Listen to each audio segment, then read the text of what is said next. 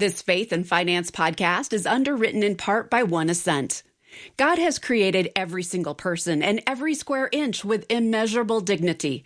And every day, businesses impact these people and places in powerful ways, either causing them harm or helping them flourish. Our trusted sponsor, One Ascent, exists to help investors consider who a business impacts and how they're impacted. More than likely, your values inspire why you invest, whether it's to provide for your family, put your kids through college, or prepare for the next stage of life. One Ascent believes your values can also inspire how you invest by directing your investment capital into companies that positively impact the world. Whether you invest on your own or work with an advisor, One Ascent's comprehensive values-aligned solutions seek to help you do well by doing good. To explore a new way of investing that aligns with your values, visit oneascent.com. Click on Analyze My Investments on the homepage to tailor your portfolio to what truly matters to you.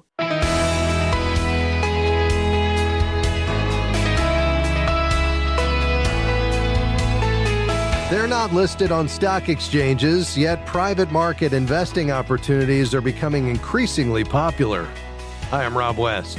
So just what are private markets? Why would you want to consider making them a part of your portfolio? And how would you go about it? Cole Pearson is here today to break it all down for us. And then it's on to your calls at 800-525-7000. That's 800-525-7000. This is Faith and Finance, biblical wisdom for your financial decisions.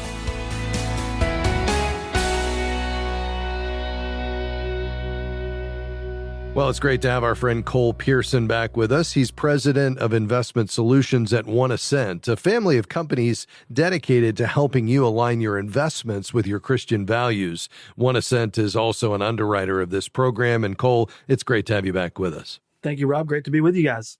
So, Cole, this may be the first time the topic of private markets has come up on the program, so we probably need to start with a definition. What, in fact, is private market investing? Rob, private market investing, quite simply, is just investing in companies that are privately held, as opposed to companies that are listed on public stock exchanges. So you could think of the local hardware store or a manufacturing plant in your area that you know is a privately held business. You know the business owner, versus a large company where shares are traded back and forth on the stock exchange. Sure. These private investments, they tend to focus on rapidly growing for-profit businesses that we believe can serve as powerful economic engines for growth, but also have significant potential for positive impact.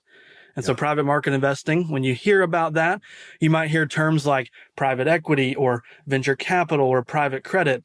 These are just, again, accessing companies that are typically at earlier stages in their development, and they give some unique opportunities for investors to support those for-profit businesses and, again, have potential for making impact. Yeah, that's a helpful definition. Now, when we hear some of those terms you just threw out, private equity, especially venture capital, that may conjure ideas that are a little scary to investors and that these carry more risk. So why, in your view, are public markets more accessible and considered safer for mainstream investors? Well, public markets certainly have been more accessible. If you think of the mainstream investors, that's because of enhanced regulatory oversight, greater liquidity than private markets tend to provide. And so, yes, public markets can tend to be thought of as safer. But we do need to remember all investments involve risk. So we need to, for your audience, we need to remember when we're investing, whether it be in public or private, there is risk involved. But private markets, including venture capital, they offer unique advantages that can complement public market strategies. So we think you should think of these in tandem, how they can complement one another. And it's just, again, investing in a company earlier in the process of the life stage of that company. Yeah. Now, still, many think private markets are more sophisticated and perhaps riskier than public markets. So is that true in your view? Well, I think it's true that private markets, including venture capital and private equity and other forms of alternatives, they are considered more sophisticated. This is why you've seen institutional and ultra high net worth investors. They've been involved in private markets for decades. In fact, the average institution has about 5 times more invested in private markets than the average retail or mainstream investor. But that perception doesn't tell the whole story. Again, sophistication isn't necessarily a bad thing. Part of the reason why institutional and large investors have accessed private markets for decades is because they can offer enhanced return potential. There's a higher potential due to inefficiencies in the market and less competition and a larger pool of companies for that matter. A quick stat that I found interesting, in the U.S. alone, Rob, there's 4,000 publicly traded companies that have revenues greater than $10 million. So annually they're doing $10 million of revenue. In the private markets, there's 182,000 companies above that threshold. So you have a large opportunity set in the private markets that these institutional investors have been trying to get access to. Yeah. But they also can provide diversification benefits. Again, why do institutional investors historically, why have they included private markets in their portfolios? It's because they offer lower correlation to public markets, different return streams, company-specific valuation drivers, as opposed to things that might affect the whole market and have kind of headline risk, if you will. And so these different private markets allow investors to build a more diversified portfolio. Yeah, that's really helpful, Cole, and I think it just highlights the opportunity as we seek to be diversified and, of course, investing in alignment with our age and goals and risk tolerance. Perhaps that private markets have a place, especially if we can integrate our faith into these as well. We'll get to that and more just around the corner. Cole Pearson with One Ascent with us today. Back with more after this.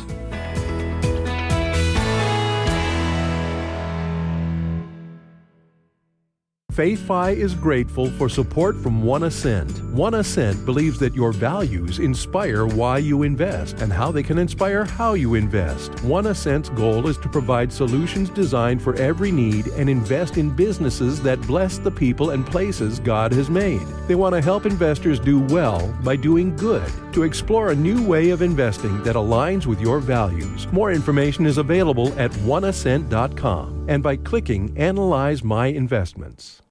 In rural Malawi, baby Esther was taken in by her grandparents when her mother died. Resources were scarce, and Esther suffered from malnutrition for years until God transformed her life. Today, through Cross International, Esther receives nutritious meals, drinks clean water, and is taught about the hope found only in Jesus. But other children are still waiting. Make an eternal impact on a child now with a $62 gift at crossinternational.org/faith.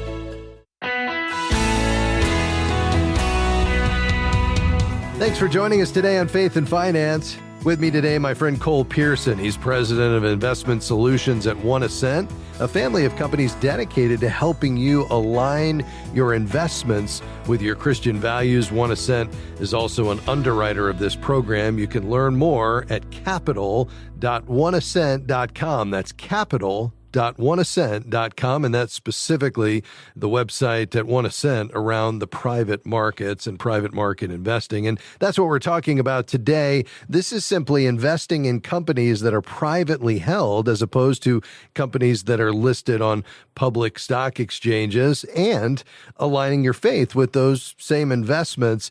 Cole, before the break, you were talking about some of the reasons why we might want to invest in the private markets in these more sophisticated types of investments. You talked about an enhanced return potential, a potential for higher returns due to a number of factors. Also, what you called non-correlated diversification, this idea that we can have a more diversified portfolio by investing in things that have low correlation to the public markets for a variety of reasons.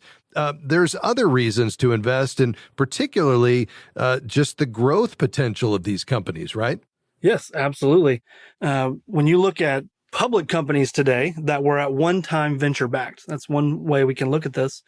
Today, they make up roughly half of the universe. So half of all publicly traded companies in the U.S. today were at one point venture-backed or in the private markets. But what's interesting is they make up for about 77% of the market cap or the value. So that means that these once private companies, now public, are worth more than their counterparts. They're growing faster. And what's interesting, they also account for 92% of the research and development spend. So that means they're still focused on innovating and committing to spending on growing and innovating new technologies and new things. Another benefit for us that we see at One Ascent is the ability to make direct positive impact. Again, these are privately held companies where we can have a larger say and a larger stake in the management team and the board and the direction of that company, making sure that those companies are bringing blessing to people and not using business or technology as a means to potentially cause harm. Let's unpack that a bit more. What opportunities exist specifically in the private markets, Cole, for investors who truly want to align their holdings with their Christian values?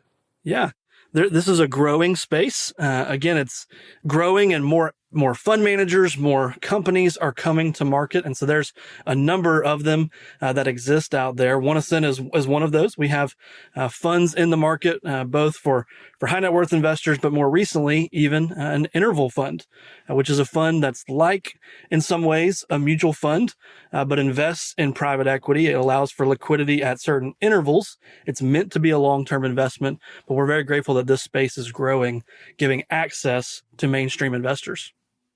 Let's talk about that, Cole, because one of the barriers historically for the average investor to get into the private market space has been accessibility. It's typically reserved for those that are institutional or high net worth. Is that the case here? And how does the interval fund solve that? Yeah, for certain interval funds, it does break through those barriers. There are lower minimums. So rather than having a $200,000 or $500,000 or even $1 million minimum, you can invest for as little as $5,000. Another barrier was the cumbersome process. A lot of times, private equity investing required lots of paperwork, sometimes required filing tax return extensions. You'd lock up capital for 10 years or more. And again, the interval fund structure allows for investors to access this at lower minimums with a simpler process and a 1099 vehicle from a tax reporting standpoint. And again, you have that quarterly liquidity intervals depending on the fund. That's really helpful. Now, we've covered some of the reasons why an investor might want to consider having private market investments in their portfolio, but let's lean into the opportunity with faith alignment here. Unpack that a bit more, because I know there are some unique opportunities for faith integration in the private markets. Yeah, absolutely, Rob. And it starts with our philosophy, if you will, that we believe genuinely that rapidly growing for-profit businesses are one of the most powerful engines that God's given us to make impact in the marketplace. When you think about private investments, again, we are providing capital directly to the company. We're not trading it with another investor on an exchange. We are supplying the essential funding that these business leaders who have values alignment and faith alignment with us so that they can accomplish their business objectives. They're developing cultures in their workplace. They're building technologies and different things that are making a positive impact in our world through the marketplace. And so that's what's really exciting for us as private investors, the potential for positive impact, where we can do that in a close alignment with business leaders. Think about, maybe just even think about the big publicly traded companies that you know of, the household names. What if the management teams behind those companies were believers? What if they had capital that was behind them, aligned with them, helping them accomplish what it is God put in their heart and in their mind to bring into the marketplace from a business standpoint? And it could be as exciting as a new healthcare or medicine, creating a cure for cancer, or even as basic and simple, but no less important as a steel company that's providing infrastructure for roads and for buildings and for houses. What if we can equip those management teams with capital that's aligned to further God's kingdom through the marketplace? That's what's really exciting for us. And the private markets offer a really unique opportunity for us to be at the table engaging with those types of leaders. Yeah, that makes a lot of sense, and it is an exciting opportunity. All right, now you mentioned that One Ascent, you all have one of these funds that is actually available not just to ultra high net worth investors. So give us an overview of what's there for private market investing at One Ascent. Yeah, we recently launched the One Ascent Capital Opportunities Fund. The ticker is OACOX. You can find more information about that online. But it's real simply, it's an actively managed, diversified interval fund designed to deliver private market returns with positive kingdom impact. What makes this fund unique is that it's accessible. There's no accreditation requirements. So again, it's available to everyday investors with no subscription documents and paperwork. It's got a $5,000 minimum. Obviously, it's aligned. That's core to everything we do at 1%. We want to further our values and our faith through our portfolios. So that alignment is key. And this fund is also meant to be all in one. It's meant to be a diversified portfolio that invests across the private markets in equity and in real estate and in real assets and in private credit. And we're really excited to bring a brand new fund like this to the marketplace. Yeah, it's a great development in the faith-based investing space, Cole. For somebody who is working with an advisor and perhaps they've never had this conversation with their advisor about aligning values and their investments, how would you encourage them in our closing moments here together to introduce this idea? What should that conversation look like? Yeah, if I were speaking to a client of an advisor who wanted to bring this up, I might have them share that our portfolio matters. We certainly are trying to hit our financial goals that you're working on with your advisor, but your personal values matter as well. And so you might recommend to your advisor that it's important to us to know what we own. And just ask questions. Ask your advisor, do you know what's inside of our portfolios, inside of the funds that we're owning? And if not, can we take that step to go one layer deeper? That sounds great. Well, folks, if you want to learn more, whether you're sharing it with your advisor or for yourself, you can visit capital.oneascent.com. That's capital.oneascent.com. Cole, thanks for being with us. Thanks so much, Rob. That's Cole Pearson with 1%, a leader in values-based investing. We're back with your calls after this. 800-525-7000. Stick around.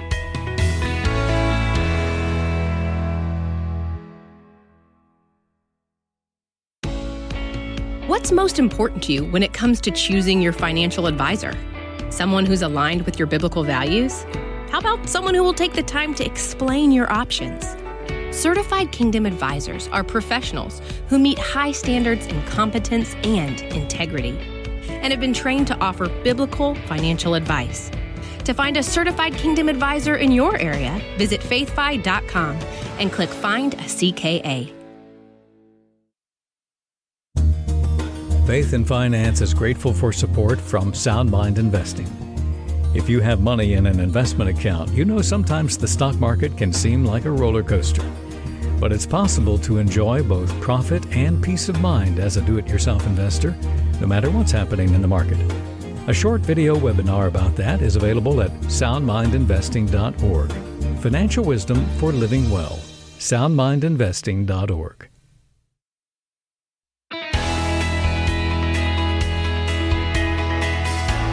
Grateful to have you with us today on Faith and Finance. Taking your calls and questions. Lines are filling up, but we've got room for a couple of questions at 800-525-7000. Let's go to Oklahoma. Hi, John. How can I help? Yes, sir. I really enjoy your program. Thank you for taking my call, sir. Thank you. Sure. I am 64. My wife is 61. We recently got married. We're buying a home. We're putting down the earnest money down today, but it's for $230,000. And at our age, or whatever the mortgage company we're going through, I don't understand how he's not really saying anything about putting anything toward interest, or he hadn't said like a down payment or anything. And I'm just really kind of need some guidance. We have some money saved up. Between the two of us, probably have like $300,000. This home is $230,000 plus your closing costs. Interest rate of like 6.75. But what would you recommend, sir? Yeah, no problem. Are you getting a 30-year mortgage? Yes, sir. Okay. Yeah, yes, sir. And so you're putting the deposit down on the home, and then what are the other terms? How far off is the closing? The closing will be within 30 days, 45 days, I think. Okay. All right. And you've already selected the lender? Yes, sir. Okay. And did you get a couple of options, or did you just go with who the realtor suggested? The realtor, where we go to church, the realtor, we all go to the same church, and she recommended this man. It seems like a very good Christian man. So, we've both been away from that area for some time. So we wanted to, didn't know who to go with, but, And is he an independent mortgage broker representing lots of companies, or is he just captive with one company? I would think independent, but I really don't know, Rob. Okay. And also, I was going to say I'm 100% service connected. So with what I received from the VA and my Social Security, I'm drawing about $5,650 or something a month. So what do I do? What would you recommend? And do you have what do you have available to put down? Well, what I'm saying, I've got a CD, but it's locked in for probably 2 more months. It's $50,000, but I've got probably in one savings account I have like some money market, so it draws a little bit of interest. I've got probably about 205 in that, and then she has probably right about 90,000 in the savings account. Okay. All right. Well, I would put down a good bit. I mean, at a minimum, I'd put, about 50,000 down, which would be about 20% of this purchase. That's just going to get the monthly expense down. I mean, you're going to get for every dollar you put that you don't have to borrow, that's equal to a guaranteed, 6.75% return, which you're not going to get in a CD. You're not going to get in the bank. You're not going to get that guaranteed in the stock market. So I think it's to your benefit to balance this idea of let's avoid paying 6.75% on our money when we don't have to. But on the other end of that is let's not use all of our liquid reserves. So it's all, not tied up in the house. And so I think we need to find kind of a happy middle there. But your ability to put a meaningful amount down to save that interest and keep that payment low just so it fits nicely into your budget, as you guys are starting out in your new marriage and living on a fixed income with plenty of resources. But, I think that's probably the key. So I wouldn't wait for his lead. I would decide between the two of you how much you want to put down and then go ahead and do it and just let him know. And in fact, if you're putting down a bunch, I'd see if you could get a little better interest rate on that. And I would prefer that you get 2 to 3 bids from 2 to 3 lenders before you landed on this. I mean, this is, one of the biggest transactions you'll have in your life. And I think having multiple offers from a couple of different companies competing against one another is never a bad idea. Does that make sense, though? Okay. Yes, sir, it does. So much so. Okay. Yes, sir. Yeah. One option would be you could check with our friends at Movement Mortgage, which is a Christian mortgage company. You go to movement.com/faith, or you could just work through this individual and tell him, hey, can we get a couple of other options in here just to consider? And then I think the two of you and your new bride, you all sit down and think and pray through how much do we want to put toward the house? Because again, there's meaningful savings there in the saved interest, and it just keeps your lifestyle in check so you don't have this big monthly payment every month that you have to try to absorb in your spending plan. John, I hope that helps. Congrats on your new marriage, sir, and thanks for calling today. Brandon, Florida. Bob, go ahead. Hey, Rod, thanks for taking my call. Quick question. My son has $7,000 that he had thought he put into a high-yield savings, but the bank that he put it, I think it was online, they got merged into another bank, and he found out that the interest rate is not like 0.1%. So he's looking to pull it out and wants to know where can he put that money to earn a good interest rate. Yeah. So if he's looking for a bank product and a good interest rate, I think one great option would be our friends at Christian Community Credit Union. You would know that it's a banking partner that's aligned with your values. The only requirement to join CCCU is you have to be a Christ follower. And they have what's called a welcome CD that's paying, I believe, 5%. Up to $5,000. You could learn more at joinchristiancommunity.com. That's joinchristiancommunity.com. That could be a great option for him. Beyond that, I would say, if he's looking longer term and he's okay, taking some risk, and this is not something that has FDIC insurance, I would say, starting to invest in stocks, would be a great option. But if that's not, on the table at this point, and it's really just high yield, I would say either our friends at Christian Community Credit Union, or he could head to bankrate.com and just kind of compare among the online banks who's the highest rated with the highest interest rate. Okay, awesome. Thank you so much. All right, those two websites again, joinchristiancommunity.com would be the first place I would go, and then bankrate.com. He just click on high yield savings, and he would see a list of the 4+ star rated online banks, and it would show you that they're FDIC insured, what their current interest rate is, and whether or not there's any fees or minimums. At Christian Community Credit Union, it's called the Harvest High Yield Savings, and that's what's paying 5% right now. Bob, thanks for your call today. We appreciate it. Well, folks, we're about out of time today. We covered a lot of ground. You know what? I love being invited into your stories each day. It's an incredible privilege. It's the thing I most look forward to when I wake up every morning, is just talking to our listeners, because you want to be found faithful. You realize God is incredible, and boy, what a gracious gift he's given us, starting with salvation. Before even the first dollar, we are rich. We have an abundance. But then beyond that, he gives graciously differing amounts, but our charge is just to be found faithful, to enjoy what he's given us and to manage it wisely and to give it generously and to help others in need along the way. I mean, what a privilege it is. Well, the whole goal of this program each day is just to help you do that. Come alongside you and say, you got this, you can do it. Maybe we've made some mistakes in the past, but going forward, let's make those wise decisions that align with the heart of God and the counsel of Scripture. I hope that's been true about this program for you today, and I hope you'll come back and join us tomorrow. We'll do it all over again. On behalf of my team today, Adam Suddeth, Pat Montague, Devin Patrick, Jim Henry, and the rest of the team here at FaithFi, I'm Rob West. Hope you have a great day, and we'll look for you back here again tomorrow. Faith and Finance is provided by FaithFi and listeners like you.